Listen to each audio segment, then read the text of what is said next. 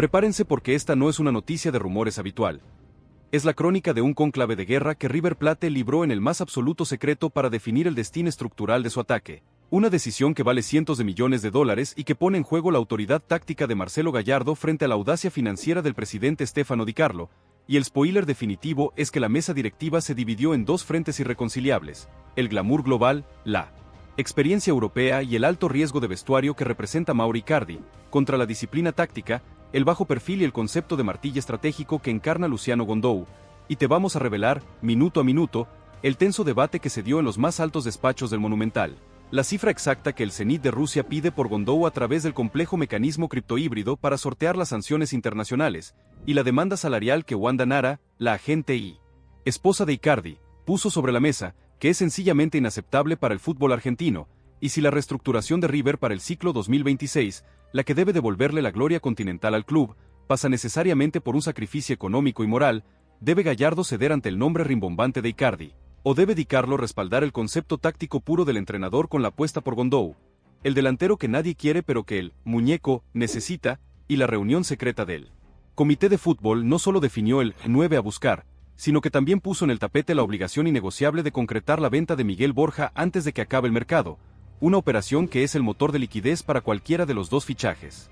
¿Podrá River Plate afrontar la guerra psicológica que Boca Juniors ya inició en las sombras para sabotear ambas operaciones? Y te invitamos a suscribirte, opinar y comentar si crees que River debe arriesgar la paz del vestuario por él talento goleador de Icardi o si debe priorizar la estructura táctica con el fichaje del martillo Gondou, porque el futuro del ataque millonario ya está en manos de Gallardo y Di Carlo, y la decisión final ya fue tomada. El escenario del conclave era la sala de reuniones de la presidencia del Monumental, un lugar de madera oscura y tensión palpable, con el eco de las tribunas vacías como único testigo de la encrucijada histórica que se debatía, y la mesa estaba conformada por Stefano Di Carlo, el presidente, con la calculadora en una mano y la mirada puesta en el flujo de caja. Marcelo Gallardo, el entrenador, con una pizarra táctica a su lado y el gesto de un general en vísperas de batalla, y Enzo Francescoli,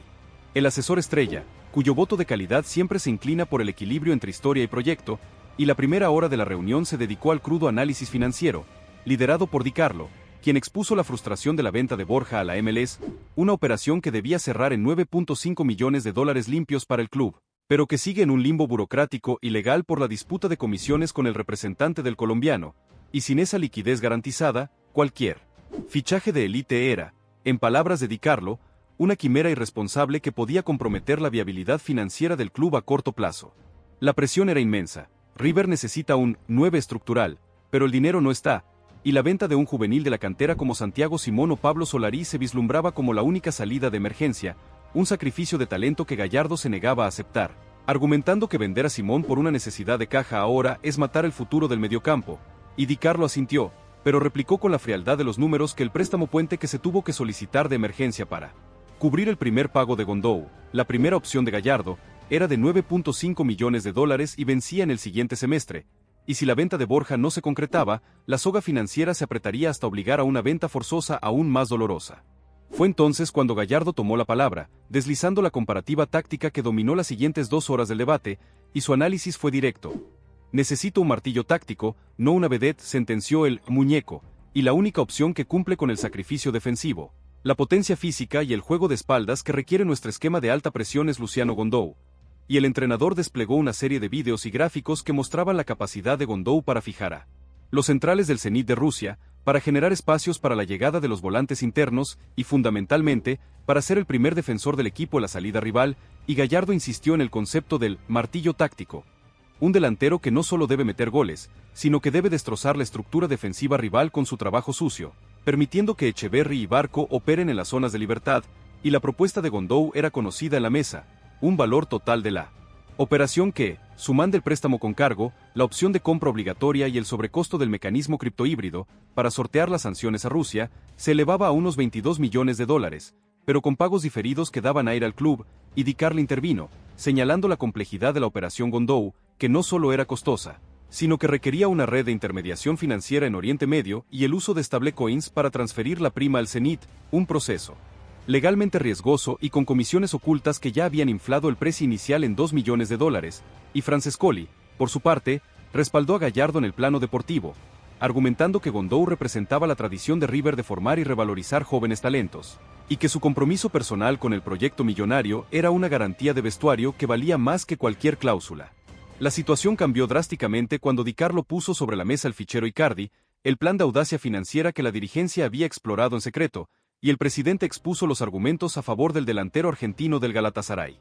La votación fue la siguiente. El voto de Gallardo fue innegociable por Gondou, el voto de Francescoli se alineó con el entrenador por el factor vestuario y revalorización, y el voto de Di Carlo se dividió, aunque finalmente se inclinó por Gondou tras entender que el costo salarial de Icardi hacía inviable la operación desde la perspectiva financiera, y así, con 2-1, se selló el destino del ataque millonario. Luciano Gondou es el 9 prioritario que River Plate buscará con todas sus fuerzas para el ciclo 2026, y la opción Icardi quedó descartada por ser una bomba de tiempo salarial y moral, aunque la directiva se reservó el derecho de reactivarla si la negociación con el Zenit por Gondou colapsa en el último minuto por problemas burocráticos con el mecanismo cripto. La decisión Gondou desató la segunda parte de la reunión, la estrategia de ataque en el mercado, y Di Carlo expuso la hoja de ruta que se debe seguir con precisión militar. Punto 1. Desbloquear la venta de Borja a la MLS en las próximas 48 horas, ofreciendo un acuerdo extrajudicial al representante para pagar su comisión y evitar una demanda legal que paralizaría todo, y el dinero de Borja es el único combustible para la operación Gondou.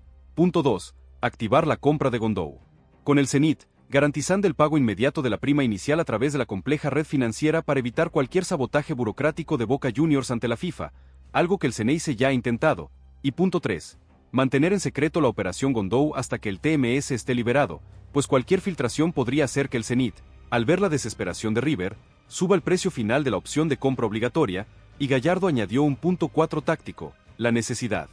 de fichar a Benjamín Domínguez como extremo desequilibrante, utilizando la validación de Scaloni y el descontento del jugador en el Bologna como la ventana de oportunidad, y Di Carlo, con la calculadora en mano, le dijo a Gallardo que no hay dinero para Gondou y Domínguez, y que si la venta de Borja no entra limpia, Domínguez debe ser el sacrificado, algo que el muñeco aceptó con resignación, pues la estructura táctica, Gondou, es más importante que el desequilibrio individual, Domínguez.